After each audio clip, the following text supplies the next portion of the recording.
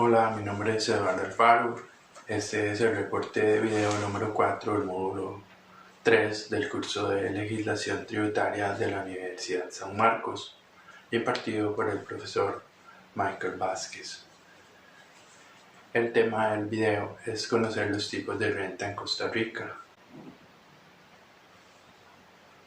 Comenzaré explicando el hecho generador del impuesto de renta de capital. Este impuesto se divide en tres cédulas, que son la renta de capital inmobiliario, la renta de capital mobiliario y las ganancias del capital. ¿Cuándo se aplica este impuesto? En el caso de las rentas de capital inmobiliario se aplica cuando se poseen bienes inmuebles como por ejemplo edificios, casas, terrenos, y estos se alquilan generando una utilidad. Se le saca provecho al bien inmueble por medio de una renta. Entonces aplica el arrendamiento, el subarrendamiento de bienes en la concesión o cesión de uso de bienes inmuebles y en la facultad de uso de bienes inmuebles. En el caso de las rentas de capital inmobiliario, es decir, cuando se poseen bienes como vehículos, los cuales pueden ser automóviles, lanchas, motocicletas, y a esto se les saca provecho cuando se alquilan, generando ganancias. También cuando se hacen préstamos a terceros de fondos propios. Además, se aplican en los planes de beneficio del régimen obligatorio de pensiones, el Fondo de Capitalización Laboral y pensiones voluntarias, en distribución de dividendos y distribución de excedentes de cooperativas y asociaciones solidaristas. Otro caso donde se aplica este impuesto de renta de capital mobiliario es cuando se coloca un capital a una inversión, por ejemplo en un certificado de inversión a plazo en un banco, y este genera un interés o una ganancia. En este caso es un bien mobiliario intangible. En el caso de las ganancias de capital, estas se pueden dar por la venta de muebles, de bienes muebles e inmuebles, como por ejemplo vender una propiedad, y sobre la diferencia de precio que se da al venderla se debe pagar un impuesto. En este caso existen dos tarifas, una es el 2x5% sobre la venta, o también aplica una tarifa del 15% sobre la diferencia entre el valor en libros y el valor fiscal. Es importante notar que existen exoneraciones en algunos casos. Ahora hablaré sobre el hecho generador del impuesto a las utilidades. Este impuesto se compone de dos elementos. Primero, el elemento subjetivo. El sujeto activo es la Dirección General de Tributación, la cual ejecuta la Ley 7092.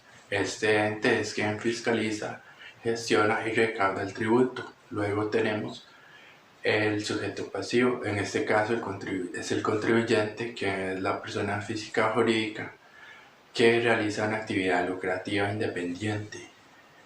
Cuando una persona hace su trabajo independiente y lucra, debe pagar un impuesto por las utilidades que genera. En cuanto al elemento objetivo, este se divide en dos aspectos, que serían el aspecto material, el cual grava todas las rentas producto de una actividad lucrativa que realiza una persona física o jurídica, lo cual va a producir un ingreso gravable. Esta renta producto va a denotar habitualidad y afectación, que tiene que ver con los bienes afectos a la actividad lucrativa.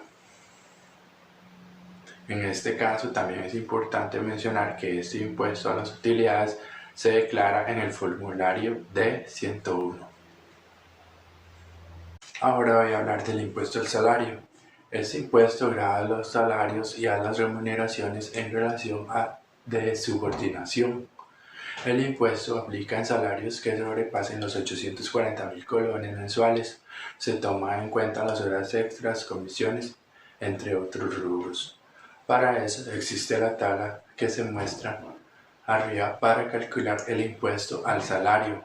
Esta tabla indica que después de los 840.000 colones de salario, el contribuyente debe pagar el 10%, pero es sobre el excedente. El monto se calcula con base a la diferencia. Entonces, sobre el excedente de 1.123.000 hasta 2.163.000 colones, debe pagar un 15% de la diferencia. Sobre el exceso de 2.163.000 colones hasta 4.325.000 colones, el contribuyente debe pagar 20% de la diferencia.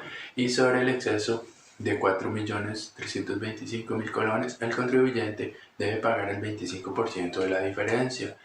Este impuesto también grava las dietas, gratificaciones y participaciones de ejecutivos y miembros de sociedades. Además, se aplica a las jubilaciones y pensiones. A continuación pasaré a contestar las preguntas planteadas en la rúbrica. Primeramente, tenemos esta pregunta. Si vendo una propiedad que me heredaron por 30 millones de colones, ¿se paga algún impuesto? Indicar cuál. La respuesta es sí, yo tendría que pagar el impuesto por ganancias de capital por la venta de bienes inmuebles. Sin embargo, hay una excepción. Veamos. Para responder esta pregunta es importante tener en cuenta varias opciones y vamos a tener tres escenarios. Primero, el escenario 1, que es en caso de que la propiedad haya sido heredada antes del 30 de junio del 2019, fecha en que entró en vigencia la nueva ley, yo, como vendedor de la propiedad, puedo optar por pagar el impuesto tomando en cuenta el 2.25% del valor total de la venta de la propiedad. Es decir, en este caso pagaría 675.000 colones, que es el 2.25% de los 30 millones de colones que vale la propiedad. También tengo la opción de pagar el 15% de la diferencia entre el precio en que lo voy a vender menos el valor fiscal de la propiedad.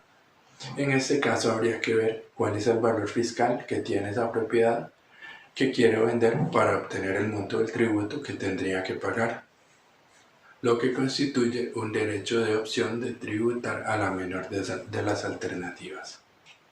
Luego tenemos el escenario 2, en el cual es que si yo heredé esa propiedad después del 30 de junio del 2019, solo voy a tener derecho a la opción de pagar el 15% de la diferencia entre el precio en que lo voy a vender menos el valor fiscal de la propiedad. El escenario 3 sería que si la propiedad que heredé es mi casa de habitación, sin importar la ganancia que obtenga por tal venta, estará exenta de pagar el impuesto, conforme el inciso 7 del artículo 28 de la Ley del Impuesto sobre las Ganancias. Ahora pasamos a la segunda pregunta, que es, si tengo un salario de 2 millones de colones, ¿cuánto tengo que pagar por el impuesto al salario? Para responder esta pregunta tenemos que hacer los siguientes cálculos. Tengo un salario neto de 2 millones de colones. Entonces aplico las subcuentas de acuerdo a la tabla anterior. En este caso tomo el monto de 1.123.000 colones menos los 840.000 colones. Esto me da un total de 283.000 colones. Esto lo multiplico por el 10% de acuerdo a la... Luego tomo el salario de 2 millones de colones y le resto el monto de 1.123.000 colones, lo cual me va a dar 877.000 colones, y este monto lo multiplico por el 15% y esto me va a dar 131.550 colones.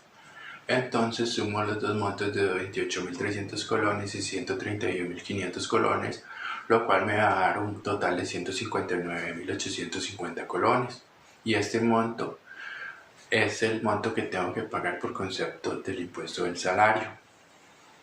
Y luego, para finalizar, tenemos la tercera pregunta que dice así: si alquilo una propiedad en 500.000 colones por mes, ¿debo pagar impuestos y cuáles serían? La respuesta es sí, tendré que pagar impuestos según la ley 7092, Ley del Impuesto sobre la Renta, Rentas de Capital Inmobiliario, que aplica sobre arrendamiento y subarrendamiento de bienes inmuebles. Según esta ley, se alquila una propiedad 500.000 colones, debo pagar el 15% sobre la base imponible correspondiente al monto total de la contraprestación obtenida por el contribuyente. En este caso sería el 15% de los 500.000 colones, lo que correspondería al monto de 75.000 colones. Bueno, con eso finalizo esta exposición en video. Esta exposición me ha servido muchísimo para aprender e indagar más sobre este tema tan importante, que es sobre los tipos de renta en Costa Rica. Muchas gracias por su atención.